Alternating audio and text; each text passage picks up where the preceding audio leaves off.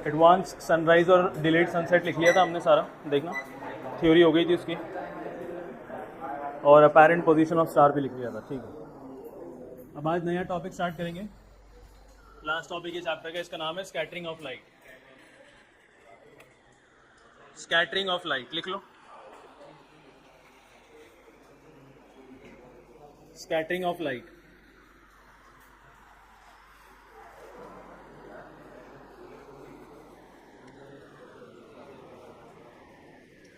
देखो यहाँ पे एक छोटा सा डायग्राम बना हुआ है, और ये डायग्राम ना 9th क्लास की बुक में से लिया हुआ है। ठीक है, ये 9th क्लास में हम लोगों ने एक कॉन्सेप्ट पढ़ा था जिसको हम लोग कहते हैं scattering of light Tyndall effect में। ठीक है, पहले तो ये बताओ कि अगर स्कैटरिंग ऑफ लाइट मैं बता रहा हूँ तो किसी को पता आइडिया है स्कैटरिंग ऑफ लाइट का क्या मतलब होगा? स्कैटर मतलब फैल जाना, बिखर जाना। इसी ऑन करा है, फैल जाना, बिखर जाना, है ना। तो कोई भी चीज़ जब ज़्यादा बिखरेगी, पहली बात तो यहाँ पे किस चीज़, कौन बिखर रहा है? लाइट बिखर रहा है ना, लाइट स्कैटर हो रहा है। और लाइट कब स्कैटर होगा? जब लाइट के रास्ते में कोई ऐसा पार्टिकल आ जाए जो उसको रोकने की कोशिश कर रहा हो। लाइट बहुत सारे एनर्जी के पैकेट्स के फॉर्म में निकल रहा होता है, भाग रहा होता है, दौड़ रहा होता है बहुत स्पीड में, और सामने अगर ऑब्स्ट्रक्शन आ जाए तो उससे टकरा के स्कैटर हो जाता है, इधर उधर बिखर जाता है। ठीक है, इसको कहते हैं हम लोग स्कैटरिंग ऑफ लाइट।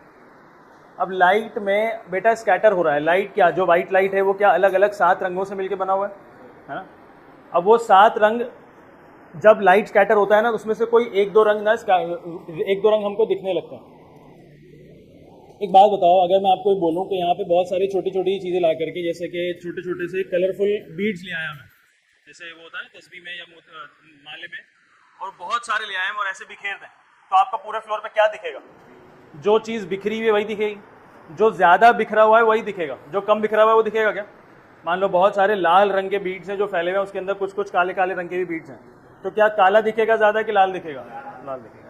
और अगर बहुत सारे ब्लू रंग के बीड्स फैले हुए हों, उसमें कुछ कुछ बीच में लाल हो, तो लाल दिखेगा कि ब्लू दिखेगा? जो स्कैटर करेगा वही दिखेगा, जो स्कैटर नहीं कर रहा वो दिख भी नहीं रहा। ठीक है, अब स्कैटर कैसे होता है, क्या इसका फिनोमेना है, इसके बारे में भी हम लोग पढ़ेंगे। तो पहले स्कैटरिंग की डेफिनेशन लिख लो, स्कैटरिंग ऑफ लाइट की। देखो, spreading of light beam, spreading of light beam, spreading of light beam in different directions, in different directions, in different directions upon interaction with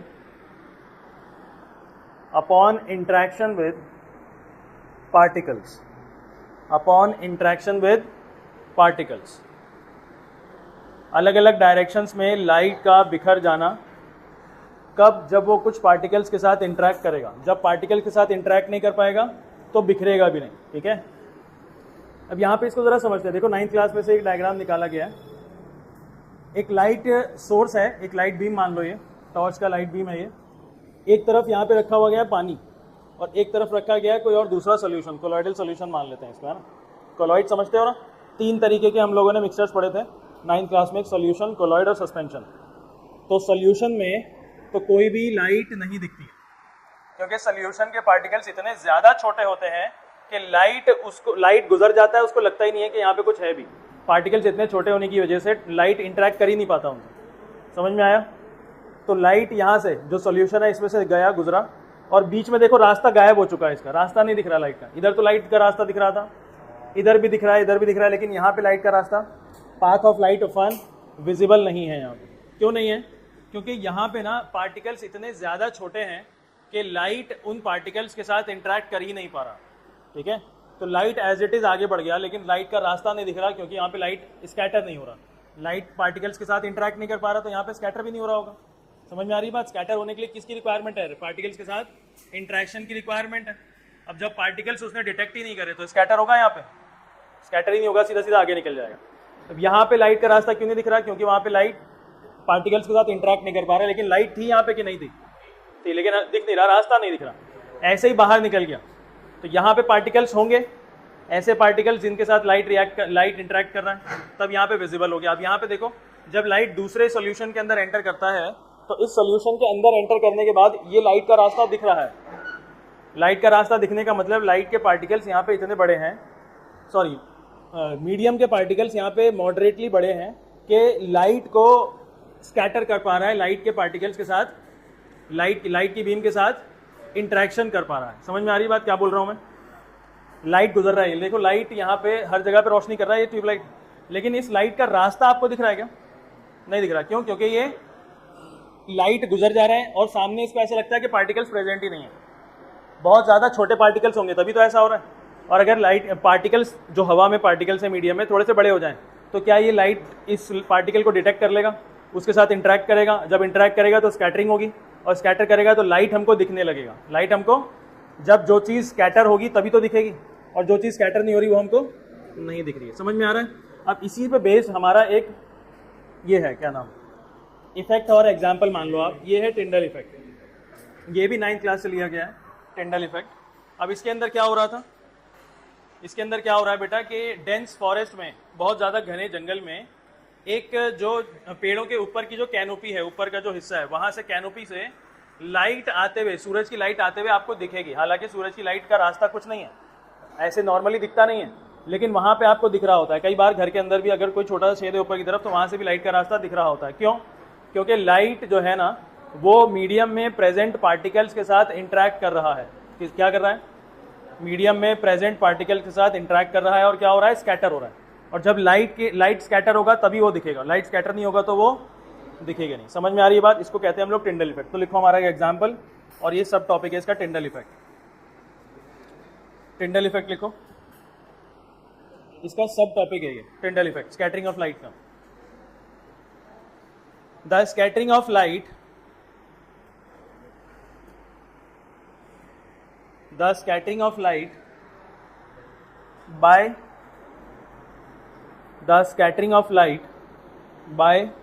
colloidal particles, the scattering of light by colloidal particles is called Tyndall effect, is called Tyndall effect, is called Tyndall effect, is called Tyndall effect. ठीक है, ये भी एक तरीके का Tyndall effect ही है। Light scatter हो रहा है because of the presence of colloidal particles, ये भी टिंडल इफेक्ट ही है। तो इन दोनों को हम लोग यहाँ पे ना एग्जाम्पल के फॉर्म में लिख लेंगे नीचे।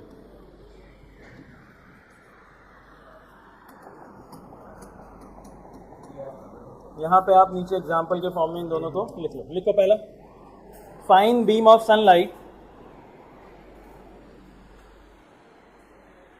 fine beam of sunlight,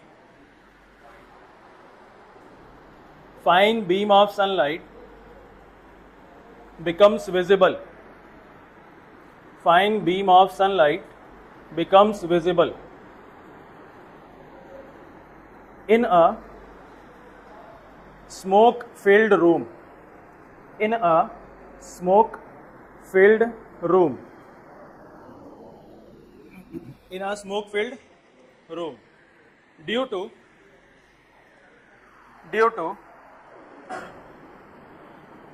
scattering of light,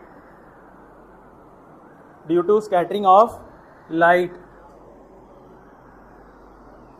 by smoke particles, by smoke particles।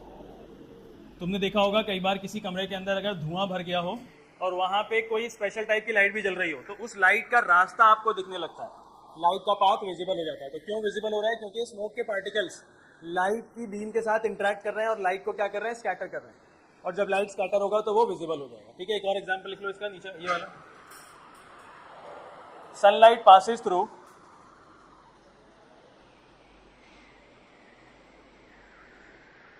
sunlight passes through dense forest, sunlight passes through dense forest,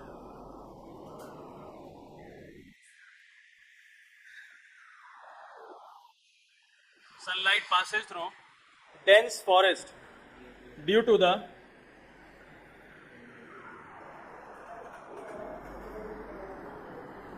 scattering of light, due to the scattering of light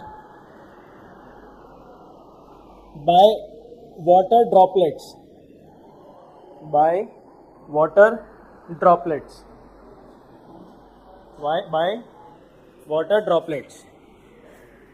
ठीक है, हवा में water droplets हैं, इसीलिए वो जो जंगल है उसमें से लाइट का रास्ता विजिबल हो जाता है, सनलाइट का, वो इंटरेक्ट कर रहा होता है लाइट के बीम के साथ और लाइट को स्कैटर कर रहा होता है। बोलो, बात समझ में आई? अब आपने देखा होगा कि कई बार ना आसमान का रंग, आसमान वैसे कौन से रंग का दिख रहा होता है आपको आमतौर पे? ब्लू कलर का दिख रहा होता है ना, ब्लू कलर का दिख रहा है। अभी देख लो आप बाहर, ब्लू कलर का दिखेगा आपको स्काई हमेशा। कई बार आपको रेड ऑरेंज भी दिख रहा होता है क्या, है ना? अभी 2-4 दिन, हफ्ता दिन पहले रेड और ऑरेंज कलर का हो गया था बिल्कुल। तो एक नेचुरल फिनोमिना है ये। अब ये आसमान का जो कलर है, स्काई का जो रंग है, कलर है, ये किस पे डिपेंड कर रहा है? क्या रीज़न है इसके पीछे? स्कैटरिंग ऑफ लाइट का फिनोमिना है। इसके पीछे क्या है? स्कैटरिंग ऑफ, सूरज से जो रोशनी आ रही है उसके अंदर 7 रंग हैं, ठीक है, विबग्योर। अब जो रंग ज़्यादा बिखर जाएगा वो दिखने लगेगा, जो रंग, हाँ अभी बता रहा हूँ, जो रंग ज़्यादा बिखरेगा वो दिखने लगेगा, जो कम बिखरता है वो दिखता नहीं। तो सीन क्या है, हमारे पास जो ये विबग्योर है ना, एक छोटा सा अंडरस्टैंडिंग ले लो बस। ये जो विबग्योर है, ये जो कलर्स हैं, इनके पास ना कुछ स्पेशल वेवलेंथ्स होते हैं। 9th क्लास में साउंड चैप्टर पढ़ा था क्या आपने? उसमें वेवलेंथ पढ़ा होगा। एक टर्म, डिटेल पढ़ने की जरूरत नहीं है, बस टर्म पता है ना, वेवलेंथ, ठीक, कोई दिक्कत नहीं। इन कलर्स के पास अपने स्पेशल वेवलेंथ्स होते हैं, सबके अलग डिस्टिंक्ट वेवलेंथ्स हैं। वॉयलेट अलग, इंडिगो अलग, ब्लू अलग, ठीक है, सबके अलग अलग वेवलेंथ्स हैं। इसमें सबसे ज़्यादा वेवलेंथ है रेड का और सबसे कम वेवलेंथ है वॉयलेट का, ठीक है। तो आपने एक सीक्वेंस तो समझ ही लिया होगा, ये ज़्यादा से कम की तरफ जा रहा है ना? रेड का सबसे ज़्यादा है, फिर ऑरेंज, फिर येलो, ग्रीन, ब्लू, इंडिगो और वायलेट होगा। सबसे कम किसका होगा? वॉयलेट रंग का वेवलेंथ होगा, ठीक है। अब हवा में जो पार्टिकल्स हैं उनका भी तो साइज वेरी करता है, या सारे एक ही साइज के हैं? सारे पार्टिकल्स एयर के, सबका साइज अलग अलग है, ठीक है। तो स्काई ब्लू इसलिए दिखता है क्योंकि हवा में जो एटमॉस्फेयर में जो पार्टिकल्स हैं, उनका साइज इस ब्लू कलर के वेवलेंथ से मैच करता है। स्काई में जो एटमॉस्फेयर में जो पार्टिकल्स है ना, ज्यादातर पार्टिकल्स का साइज वो ब्लू कलर के वेवलेंथ से मैच कर रहा होता है। मतलब कि पार्टिकल्स छोटे हैं कि बड़े हैं? छोटे हैं। पार्टिकल्स कैसे हैं? और अगर पार्टिकल बहुत बड़ा होता तो रेड कलर स्कैटर हो चुका होता। तो अब इमेजिन कर लो आप, आज वो 10 दिन पहले क्या हो रहा था आसमान में। आमतौर पे अभी स्काई ब्लू है, इसका मतलब कौन सी लाइट, कौन सा पार्टिकल जो है क्या स्कैटर कर रहा होगा? व्हाइट लाइट में कौन सा कलर ज्यादा स्कैटर हो रहा होगा? ब्लू, ठीक है। क्यों? क्योंकि जो हवा में पार्टिकल्स हैं वो लाइट के, सनलाइट के, व्हाइट लाइट के ब्लू कलर के साथ ज्यादा इंटरेक्शन कर रहे हैं और ब्लू कलर को ज्यादा बिखेर रहे हैं हर जगह, ब्लू कलर को ज्यादा स्कैटर कर रहे हैं, स्प्रेड कर रहे हैं, इसलिए हमको स्काई ब्लू दिख रहा है, ठीक है। और कभी कभी क्या हो रहा होता है कि हमको ऑरेंजिश या फिर रेडिश स्काई दिख रहा होता है। क्यों? क्योंकि उस वक्त में, उस इलाके में, अगर इंद्रलोक में या दिल्ली में स्काई रेडिश हुआ है ना, तो पूरे इंडिया में स्काई रेडिश हुआ है ऐसा नहीं है। ऐसा ही होगा क्या? तो हमारे इलाके में, हमारे एरिया में जो पार्टिकल्स उस वक्त में प्रेजेंट थे, क्योंकि बारिश का मौसम था, है ना, ह्यूमिडिटी बहुत ज़्यादा थी, और भी बहुत सारे फैक्टर्स हो सकते हैं, तो वो पार्टिकल्स थोड़े से साइज में बड़े हो गए। नॉर्मल साइज के पार्टिकल्स नहीं थे, उनका पार्टिकल्स का साइज, वो पार्टिकल्स आमतौर पे क्या होंगे? वाटर ड्रॉपलेट्स होंगे क्या? तुम गैस कर सकते हो ह्यूमिडिटी में क्या ही होता है ज़्यादा? वाटर ड्रॉपलेट साइज बड़ा होगा उसका। और वो बड़े वाले साइज के पार्टिकल्स कौन से वेवलेंथ के साथ, मिनिमम वेवलेंथ वाले कलर के साथ इंटरेक्ट कर रहे होंगे कि मैक्सिमम वाले के साथ? तो जिसके साथ इंटरेक्शन करेगा उसको बिखेर देगा ज़्यादा, और जो चीज़ ज़्यादा बिखरी हुई दिखेगी वो विजिबल हो जाएगी। बोलो, बात समझ में आई? कोई डाउट है? नहीं। तो अब नीचे ना नोट करके लिखो एक बात,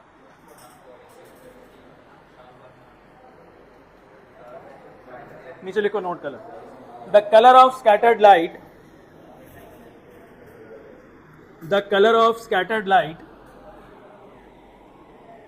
the color of scattered light depends on size of depends on size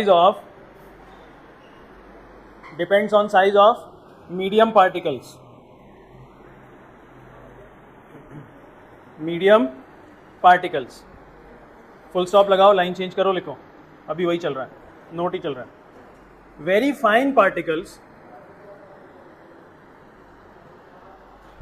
very fine particles,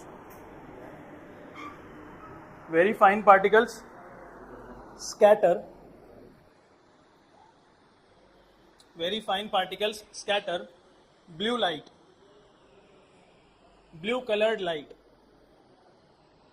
blue colored light, comma sorry bracket में लिखो शॉर्टर वेवलेंथ, ब्रैकेट में लिखो shorter wavelength,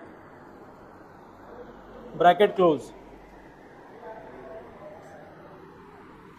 while, bracket close कर दो बेटा और लिखो while larger sized particles, while larger sized particles scatter, larger sized particles scatter red colored light, red colored light, bracket में लिखो लार्जर वेवलेंथ, ठीक है, फुल स्टॉप लगाओ, लाइन चेंज करो, एक और बात लिखो, if the particles are, if the size of particles are, if the size of particles are very large, if the size of particles are very large, comma, white light will be visible, white light will be visible। बोलो बात समझ में आई? अगर बहुत ज़्यादा बारीक हैं particles तो ये वाले कलर स्कैटर हो जाएंगे ज़्यादा, और जिसमें से ब्लू ज़्यादा स्कैटर होगा, ठीक है। और अगर पार्टिकल्स का साइज थोड़ा बड़ा हो गया तो ऑरेंजिश और रेडिश कलर का लाइट ज़्यादा स्कैटर होगा, और पार्टिकल्स का साइज बहुत ज़्यादा ही बड़ा हो गया तो वाइट लाइट ही विजिबल होगी। बहुत ज़्यादा पार्टिकल्स का साइज बड़ा होने की वजह से लाइट ना सही से स्कैटर नहीं कर पाता, और अगर स्कैटर हो भी रहा है तो अपनी जगह पे वापस से इकट्ठा हो जाता है, मतलब कि सातों रंग वापस से मिक्स हो जाते हैं, मर्ज हो जाते हैं, ठीक है। अभी हम लोग ये कॉन्सेप्ट पढ़ेंगे उसका। कोई यहाँ पे डाउट है किसी को? अब अगला इसका सब टॉपिक है ब्लू कलर ऑफ स्काई। इसका क्या रीज़न है अब आपको पता है, शायद पता है क्या सबको? ब्लू कलर ऑफ स्काई क्यों है? Scattering of light with the very fine particles और स्मॉलर पार्टिकल्स, ठीक है। अब लिख लो आंसर, मैं बता देता हूँ तो कॉन्सेप्ट समझ में आ गया।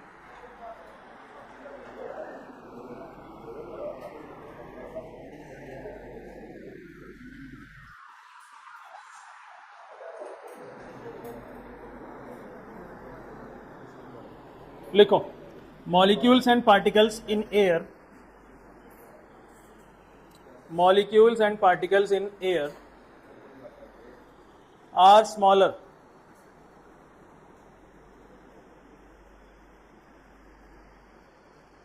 molecules and particles in air are smaller than the wavelength of visible light, than the wavelength of visible light, full stop। therefore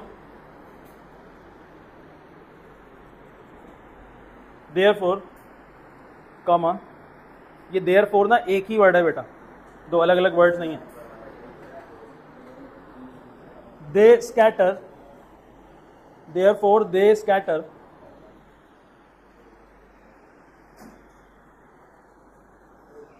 shorter wavelength colors, shorter wavelength colors, shorter wavelength colors, bracket में लिखो violet indigo blue, violet indigo blue, violet indigo blue, bracket close.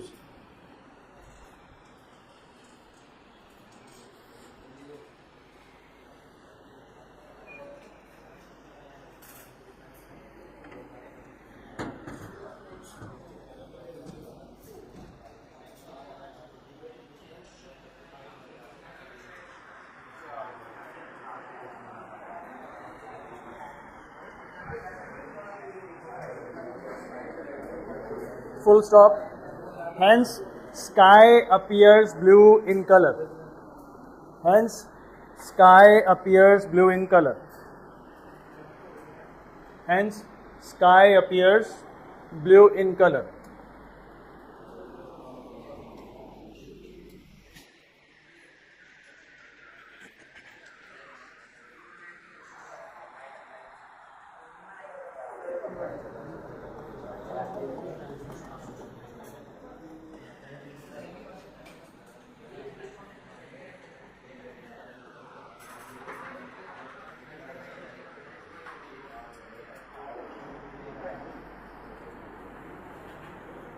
White colour of clouds, क्या reason है भाई?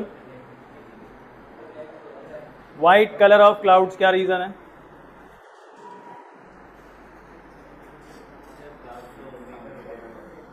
Clouds vapour होते हैं, condense form of water होता है, water vapour होता है.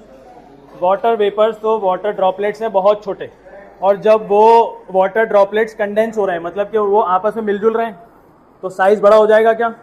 वाटर ड्रॉपलेट्स का तो साइज बहुत छोटा, और कंडेंस फॉर्म का वाटर ड्रॉपलेट जो होगा उसका साइज काफ़ी बड़ा हो जाएगा, वेरी लार्ज हो जाएगा. और हमने लिखा है जब पार्टिकल्स का साइज वेरी लार्ज हो जाता है तो लाइट स्कैटर अगर हो भी रही है तो वहीं पे अंदर जाकर के मर्ज हो जाती है, और जब सातों रंग वापस मर्ज हो जाते हैं तो अकॉर्डिंग टू न्यूटन वापस से व्हाइट लाइट होगी. ठीक है, तो लिखो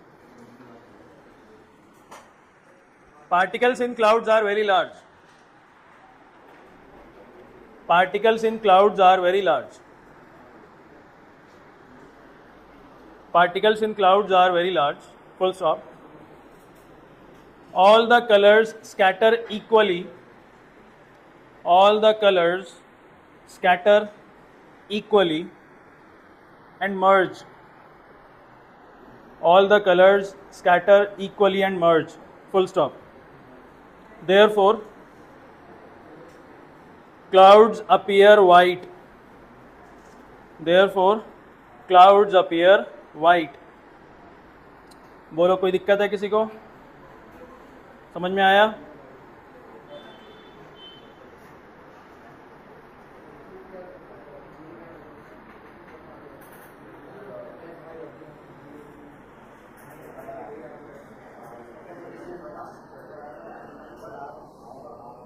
डेंजर सिग्नल्स अक्सर लाल रंग के क्यों होते हैं?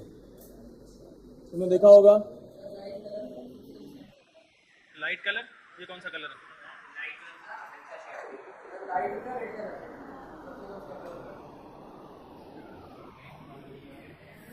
हल्का कलर तो है ही नहीं है, ये तो डार्क कलर है,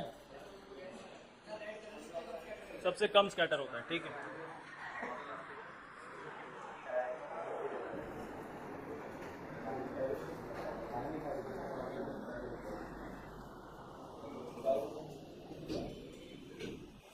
red colour is least, sorry क्या लिखा हमने? Red danger signal. ठीक है, तो आमतौर पे डेंजर सिग्नल्स रेड कलर के क्यों होते हैं, इसका क्या रीज़न है? तो सिंपल सा रीज़न है भाई. ब्लू कलर जो शॉर्टर वेवलेंथ के कलर्स हैं ये ज़्यादा स्कैटर हो जाते हैं, बिखर जाते हैं. ठीक है, और जो रेड कलर की लाइट्स हैं यानी कि नीचे वाली लार्जर वेवलेंथ की लाइट, ये कम, सबसे कम स्कैटर होती है, यानी कि बिखरती कम से कम है. तो अगर जो चीज़ कम बिखरेगी वो हमको एक जगह जो है कॉन्सेंट्रेटेड दिखेगी. जो चीज़ कम बिखरेगी वो एक जगह कॉन्सेंट्रेटेड दिखेगी. बिखरना और कॉन्सेंट्रेट होना अलग अलग चीज़ है ना, ऑपोजिट है. बिखर जाना यानी फैलना, कॉन्सेंट्रेट यानी कि एक जगह पे ही रहना. तो जो रेड कलर होता है बेटा वो दूर से ट्रैवल करते हुए भी आ जाता है हमारी आंखों तक, और वो बिखरता नहीं है ज़्यादा, हमको एक जगह ही दिखेगा. इसीलिए ट्रैफिक सिग्नल्स में जो रेड कलर होता है उसको बहुत ज़्यादा इंपॉर्टेंस दिया जाता है, और वो बहुत दूर से भी दिख जाता है कि अगर रेड कलर आपको दिख रहा है तो तैयार रहो, गाड़ी रोकनी है, या तो गाड़ी रोक ही दो. ऐसा नहीं है गाड़ी चलते हुए बीच रोड पे रोक दो, उसके करीब पहुंच जाओ तो रोकना है. ठीक है, समझ में आया? तो रेड कलर के जितने भी सिग्नल्स होते हैं वो सब डेंजर का साइन होता है, क्योंकि रेड कलर जो है लीस्ट स्कैटर होता है, कम से कम स्कैटर होगा, यानी कि हमको कॉन्सेंट्रेटेड फॉर्म में एक जगह पे दिख जाएगा. तो लिखिए red colour is least scattered. Red color is least scattered by fog or smog. Red color is least scattered by fog or smog. Smog. Full stop. Smoke और फॉग का मिक्सचर है ये, फुल स्टॉप। बेटा smog है, smog, SMOG। Therefore, it can be seen. Therefore, it can be seen in the same color. Therefore, it can be seen in the same color at a distance. It can be seen in the same color at a distance. Full stop. That is why danger signals are red. Danger signals are red. ठीक है, समझ में आया? Danger signals का रंग लाल क्यों होता है? क्योंकि वो कम से कम बिखरेगा, एक जगह पे कॉन्सेंट्रेटेड फॉर्म में हमको मिल जाएगा और वो दूर का डिस्टेंस भी एज इट इज जैसा है वैसे ही ट्रैवल कर लेगा और हम तक पहुंच जाएगा। ठीक है ना, इन द सेम कलर, उसके कलर में कोई फर्क नहीं आएगा। बोलो, बात समझ में आई? तो डाउट है? अब तुमने एक लास्ट फिनोमेना ये नोट किया होगा कि सनसेट और सनराइज के टाइम पे, सनराइज और सनसेट के टाइम पे क्या क्या पढ़ा हमने लास्ट क्लास में? Advance sunrise and delayed sunset पढ़ा है। अब यहाँ पे एक चीज़ और पढ़ेंगे हम लोग। सनराइज और सनसेट के टाइम पे जो सन है वो रेडिश दिख रहा होता है बहुत ज़्यादा। क्यों ऐसा होता है? बोलो। सनराइज और सनसेट के टाइम पे सन सबको रेडिश दिख रहा होता है कि नहीं, या किसी को नीला दिखता है? सबको लाल दिख रहा होता है। ठीक है, तो ऐसा क्यों होता है इसको देख लेते हैं।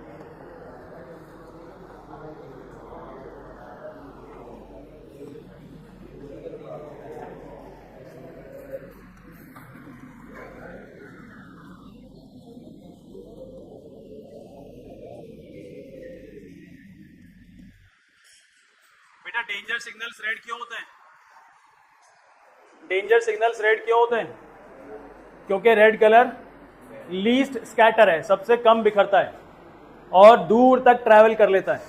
दूर तक ट्रैवल करने के साथ साथ वो अपने कलर में कोई भी नुकसान नहीं फेस करता, मतलब उसका कलर फेड नहीं होगा। रेड है तो रेड ही दिखता है। ठीक है, ज़्यादातर ऐसा ही होता है, रेड है तो रेड ही दिखेगा। ठीक है, दूर तक ट्रैवल कर लेता है, लीस्ट स्कैटर है, जिस कलर का है दूर तक उसी कलर का दिखेगा। और कई बार जो चीज़ ज़्यादा स्कैटर हो रही होती है तो उसका रंग इतना ज़्यादा फेड हो जाता है दूर तक जाते जाते कि वो कभी कभार हमको दिखता ही नहीं। क्या बोल रहा हूँ मैं, समझ में आया? देखो, कोई एक रंग है जो कि शॉर्टर वेवलेंथ का है और वो ना बहुत लंबा सफ़र तय करता हुआ आ रहा है। तो बहुत लंबा सफ़र तय करने का मतलब ये है कि एटमॉस्फेयर के अंदर पार्टिकल्स के साथ उसका इंटरेक्शन बहुत ज़्यादा हो रहा है, और जितना ज़्यादा इंटरेक्शन होता है एटमॉस्फेयर के अंदर उतना रंग उसका फेड होता चला जाएगा। ब्लू कलर का रंग फेड होता जाएगा, होता जाएगा, होता जाएगा, होता जाएगा, होता जाएगा, इतना ज़्यादा हो जाएगा कि स्काई ब्लू, और स्काई ब्लू का रंग इतना ज़्यादा फेड हो जाएगा कि वो थोड़ा बहुत हमको ट्रांसपेरेंट होता हुआ दिख जाएगा। ऐसा इमेजिन करो, 9th क्लास में हम लोगों ने देखा था कि हम लोग मैटर के कैरेक्टरिस्टिक्स, मैटर के पार्टिकल्स की कैरेक्टरिस्टिक्स पढ़ रहे थे, और उसके अंदर एक एक्सपेरिमेंट था कि हमने पोटेशियम परमैंगनेट पिंक कलर का या पर्पल कलर का जो भी है, कंटेनर के अंदर पानी लिया था, उसमें डाई डाला पोटेशियम परमैंगनेट का, उसके अंदर पानी मिक्स करते जा रहे हैं हम लोग, फिर थोड़ा बहुत निकाला, फिर पानी मिक्स करा, तो रंग हल्का होता चला गया, हल्का होता चला गया, हल्का होता चला गया। तो ऐसे ही जो ब्लू कलर है ना, ब्लू लाइट है, वो ऐसे ही फेड होता चला जाएगा, हल्का हो जाएगा, हल्का हो जाएगा, बहुत ज़्यादा रंग उसका फेड होता चला जाएगा। क्यों? क्योंकि वो बहुत ज़्यादा स्कैटर हो रहा होता है। क्यों? बहुत ज़्यादा स्कैटर होगा। जो कम स्कैटर होगा वो एज इट इज़ अपने रंग में दूर तक दिख जाएगा, और जो बहुत ज़्यादा स्कैटर होगा वो अपने रंग में दूर तक नहीं दिखेगा, वो ट्रांसपेरेंट होता चला जाएगा, उसका अपना रंग फेड होता चला जाएगा। फिर से रिपीट करूँ क्या? समझ में आ गया सबको? तो यही रीज़न है इसका। देखो, इसको समझने के लिए ये है अर्थ, यहाँ पे हूँ मैं, ठीक है, ये है मेरा होराइजन। होराइजन समझते हैं ना सब? जिसको नहीं समझ में आता है वो बताओ, क्योंकि लास्ट क्लास में बताया था मैंने होराइजन क्या होता है। होराइजन मेरा विजन, हॉरिजॉन्टल विजन को होराइजन कहते हैं। मेरा जो विजन है वो ऐसे कर्व नहीं देख सकता कभी भी। अगर मैं सामने देख रहा हूँ तो बिल्कुल सीधा, अगर यहाँ देख रहा हूँ तो बिल्कुल सीधा, हॉरिजॉन्टल, एकदम सीधी लाइन होती है मेरे विजन की, है ना? ये मेरा विजन है, बिल्कुल सीधा हॉरिजॉन्टल विजन है मेरा। और यहाँ पे अब सनराइज हो चुका, सनराइज यहाँ पे हो चुका है, ध्यान से समझना इसको। सनराइज हो चुका है, मेरे होराइजन के ऊपर सन आ चुका है। जिसने लास्ट क्लास नहीं देखी है, लास्ट क्लास में नहीं था, वो कोशिश करना देख ले रिकॉर्डिंग, ठीक है। सन जो है मेरा होराइजन के ऊपर आ चुका है, सनराइज हो चुका है पूरी तरीके से। जो अपेरेंट सनराइज था 2 मिनट वाला हमने लास्ट क्लास में डिस्कस कर लिया, याद है किसी को? है ना, नीचे था, होता था सन, फिर भी हम लोगों को दिख जाता था, ठीक है। चलिए, तो यहाँ पे सीन क्या है, देखो सीन ये है कि सन के ना दोनों हिस्सों से, एक टॉप वाला हिस्सा और एक बॉटम वाले हिस्से से लाइट निकल रही है। बॉटम वाले हिस्से से जो लाइट निकल रही है वो मेरी आंखों तक पहुंच रही है, ठीक है। अच्छा, ये तो डिस्क वाला हो जाएगा, सॉरी, इसका कॉन्सेप्ट है, हाँ ठीक है, कोई बात नहीं। ये सनराइज है ना, ठीक है। सनराइज के टाइम पे देखो लाइट जो पहुंच रही है मेरे पास बेटा, वो क्या एक लंबा सफर तय करते हुए आ रही है? क्या हाइपोटेनियस हमेशा बेस से और परपेंडिकुलर से ज्यादा होता है ना, हाइपोटेनियस। तो ये क्या हाइपोटेनियस बहुत ज्यादा लंबा सफर तय कर रहा है। और अगर सनराइज होते होते नून तक पहुंच जाए यहाँ पे, तो क्या है, लाइट अपना सफर बहुत छोटे रास्ते से तय कर लेगी। समझ में आ रहा है? बहुत छोटा तो खैर नहीं, लेकिन इन दोनों के कंपैरिजन में कौन ज्यादा दूरी से लंबा सफर करता हुआ आ रहा है, ये कि ये रहा। सनराइज और सनसेट के टाइम पे लाइट को बहुत ज्यादा डिस्टेंस ट्रैवल करना पड़ता है, ये समझ में आ गया?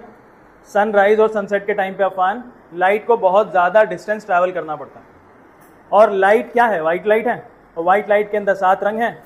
इन 7 रंगों में जो ऊपर के शॉर्टर वेवलेंथ वाले कलर्स हैं, वो इतना ज्यादा लंबा सफर तय करते करते करते करते फेड अवे हो जाते हैं, स्कैटर हो जाते हैं, बिखर जाते हैं, इधर उधर चले जाते हैं, रंग खत्म हो जाता है। और कौन सा रंग हमको एज इट इज हम तक पहुंचेगा? जो लार्जर वेवलेंथ वाला है, रेड कलर, उसके अंदर कोई डिस्टॉर्शन, कोई फेडिंग नहीं होती है। बोलो, बात समझ में आई? इसीलिए सनराइज और सनसेट के टाइम पे हमको सूरज कैसा दिखता है? सबको समझ में आ गया कॉन्सेप्ट? क्या है कॉन्सेप्ट यहाँ पे? सनराइज और सनसेट के टाइम पे सूरज से आने वाली लाइट को बहुत ज्यादा लंबा सफर तय करना पड़ता है, जिसकी वजह से ज्यादातर शॉर्टर वेवलेंथ के कलर्स फेड अवे हो जाते हैं, स्कैटर हो जाते हैं। लेकिन लार्जर वेवलेंथ के कलर्स स्कैटर नहीं होते, फेड अवे नहीं होते, एज इट इज दूसरे छोर तक पहुंच जाते हैं, मेरी आंखों तक पहुंच जाते हैं। आसान समझ में आ गया बेटा? तीसरी बार तुम्हारा नाम ले रहा हूँ पूरी क्लास में, अगली बार नहीं लूंगा, घर पे तुमसे बात कर लूंगा मैं फोन करके, ठीक है? तुम्हारा ध्यान इधर उधर क्यों रहता है यार? कभी जमीन पे, कभी आसमान पे, कलर देख रहे हो, मेरी तरफ देखो। वो डिपेंड करता है पार्टिकल्स के साइज पे। अरे तुम्हारी कई बार हमको ऐसा लग रहा होता है कि वो पिंक है, वो पिंक नहीं होता है, रेडिश होता है, ऑरेंजिश होता है, येलोइश होता है, ठीक है? बोलो, समझ में आया? तो लिखो इसके बारे में, लास्ट टॉपिक हमारा, light coming from sun, light coming from sun at horizon,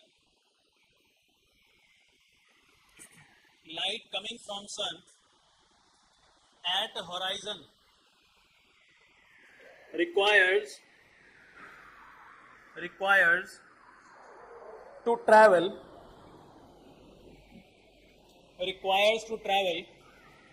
a much larger distance, requires to travel a much larger distance, full stop. While traveling,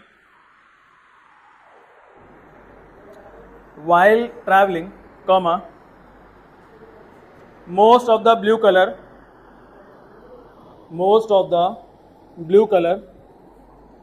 gets scattered.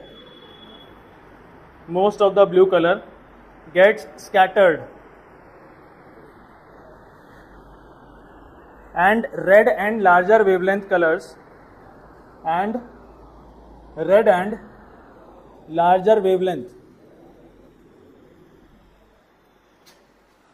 larger wavelength colors reaches to us,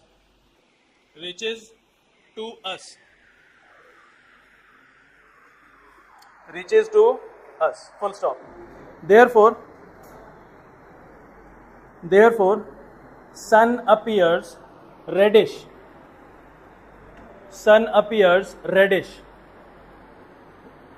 while sunrise and sunset. Sun appears reddish while sunrise and sunset.